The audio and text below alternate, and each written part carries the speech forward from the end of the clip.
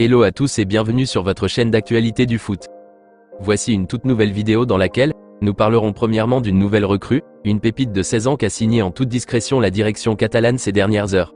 Je vous révélerai son identité dans quelques minutes. Ensuite, nous parlerons du gardien barcelonais du nom de Arnaud Tenas, qui est grave courtisé ces derniers jours par le PSG, plus précisément Luis Enrique qui connaît très bien le portier espagnol. Et les choses sont apparemment avancées pour une concrétisation. Je vous expliquerai tout dans un instant. Au finish, nous terminerons ce tour d'actualité avec le fameux feuilleton interminable de Bernardo Silva, qui arrive désormais à sa fin. Et bien reste jusqu'à la fin de la vidéo pour ne rien manquer. Mais avant tout juste de commencer, abonne-toi si c'est la toute première fois que tu nous suis sur cette chaîne et active la petite cloche de notification, afin d'être à la une de toutes nos vidéos actualités comme celle-ci, qui te parle régulièrement des joueurs du FC Barcelone, et t'informe chaque jour sur les dossiers chauds du mercato estival à venir. Et n'hésite pas à laisser un gros pouce bleu, à surtout commenter la vidéo et si possible la partager, si bien sûr le contenu proposé t'a vraiment plu. Si c'est fait les amis, alors on y va. Le Barça est toujours dans sa quête des jeunes talents prometteurs pour étoffer son effectif, et assurer une évolution de l'équipe Blaugrana sur le long terme.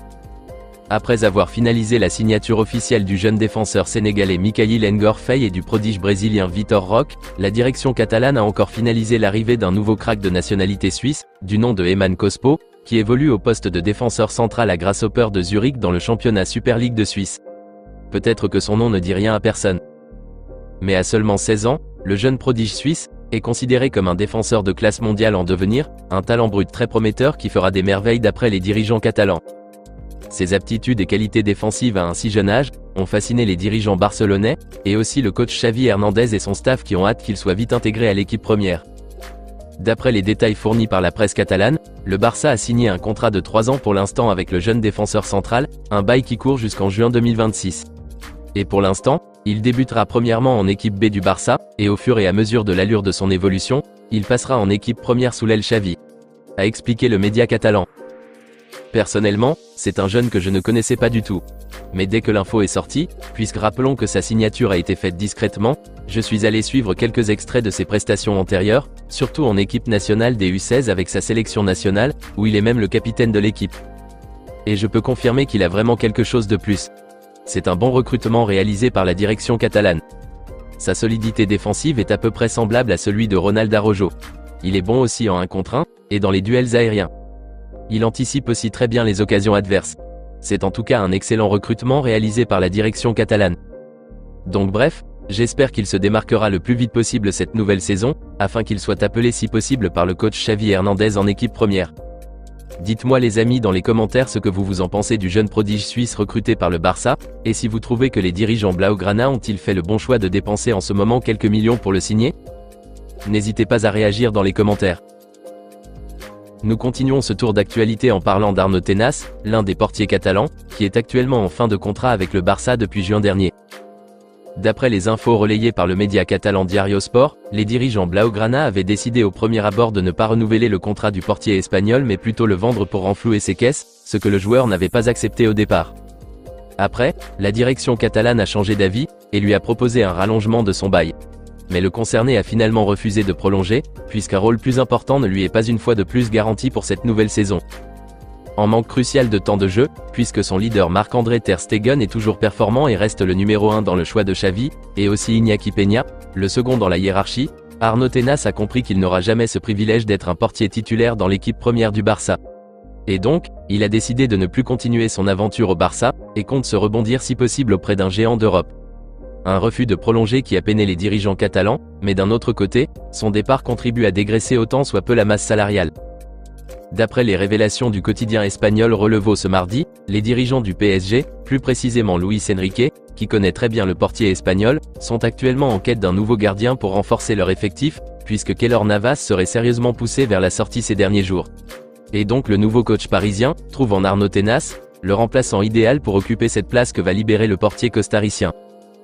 Et selon les explications fournies par le célèbre journaliste italien Matteo Moretto sur son réseau social Twitter, Luis Enrique trouve que Arnaud Tenas est vraiment excellent dans les jeux de jambes, et encaisse rarement de buts entre ses jambes. Ce qui est apparemment une grande faiblesse pour Gianluigi Donnarumma. Et donc l'idée de Luis Enrique serait de l'avoir comme doublure pour le portier italien. Le spécialiste Mercato Matteo Moretto explique qu'Arnaud Tenas a donné son approbation pour le transfert, et que lui et le coach parisien Luis Enrique auraient apparemment en commun, le même représentant, du nom de Yvan de la Peña. Ce qui faciliterait les négociations. Donc bref, Arnaud Tenas va officiellement quitter définitivement le Barça dans les prochains jours, et signera probablement au Paris Saint-Germain. Perso, je trouve que c'est dommage qu'il parte, puisque c'est un gardien que j'apprécie beaucoup, mais les circonstances ne permettent pas une place de titulaire au sein de l'effectif de Xavi. Impossible qu'on le titularise en laissant Ter Stegen, qui en plus est devenu le deuxième capitaine de l'équipe. Au moins son départ réduira de quelques millions la masse salariale du club Blaugrana. Dites-moi les amis dans les commentaires ce que vous en pensez du départ acté de Arnaud Tenas cet été vers le PSG. Vos avis dans les commentaires. Nous terminons cette vidéo en parlant du fameux dossier Bernardo Silva, et les dernières nouvelles qui sont tombées ce mardi à ce sujet. Le Barça a essayé l'impossible pour recruter le milieu portugais cet été, mais malheureusement rien n'a pu être fait jusqu'à ce jour. Le Portugais aussi désirait porter les tuniques barcelonaises cette nouvelle saison, mais les difficultés financières du Barça ont rendu irréalisable ce rêve réciproque. D'après les infos relayées par le média espagnol AS ce mardi, les dirigeants Citizen, qui durant quelques semaines, en accord avec le souhait de Bernardo Silva lui-même de quitter City, avaient ouvert la porte pour que les intéressés du Portugais puissent se positionner sur les 80 millions d'euros exigés comme prix minimum de vente. Mais comme aucun prétendant n'a pu enrôler le milieu portugais jusqu'à ce jour, alors les dirigeants de City ont refermé la porte pour un départ cet été. Manchester City a affirmé officiellement que Bernardo Silva, dont le contrat court toujours jusqu'en juin 2025, est désormais un joueur intransférable, et qu'ils n'accepteront, ni n'étudieront plus à partir de cet instant, aucune offre ou proposition extérieure quelle qu'elle soit. Bernardo Silva n'est plus à vendre cet été. Le manager Citizen Pep Guardiola a réitéré son avis sur le joueur, en affirmant qu'il est l'un des pièces maîtresses de son système de jeu, et qu'il est indispensable pour ses plans pour cette nouvelle saison. Des déclarations de la direction des Sky Blues, qui mettent un gros stop au rêve fou du Barça de recruter Bernardo Silva cet été. Pas seulement qu'au Barça, mais aussi au PSG, qui malgré leurs ressources financières, n'a pas réussi à signer le Portugais puisque le concerné lui-même ne voulait pas y débarquer. Et aussi, une offre XXL qu'a reçue City, venant de l'Arabie Saoudite plus précisément de Al Hilal qui était prêt à mettre des sommes astronomiques pour recruter le Portugais. Et donc désormais, c'est fini. Le feuilleton Bernardo Silva est terminé. La porte est malheureusement refermée et scellée. Le milieu portugais restera bel et bien un joueur de Manchester City encore cette nouvelle saison. Le média espagnol a précisé que le concerné lui-même est parfaitement d'accord finalement avec ses dirigeants, de continuer l'aventure avec eux. Et personnellement, j'étais persuadé que Bernardo Silva n'allait pas quitter City cet été. Après le départ de Gundogan, je voyais mal comment City pourrait une fois de plus laisser partir l'un de ses éléments forts du cœur du jeu.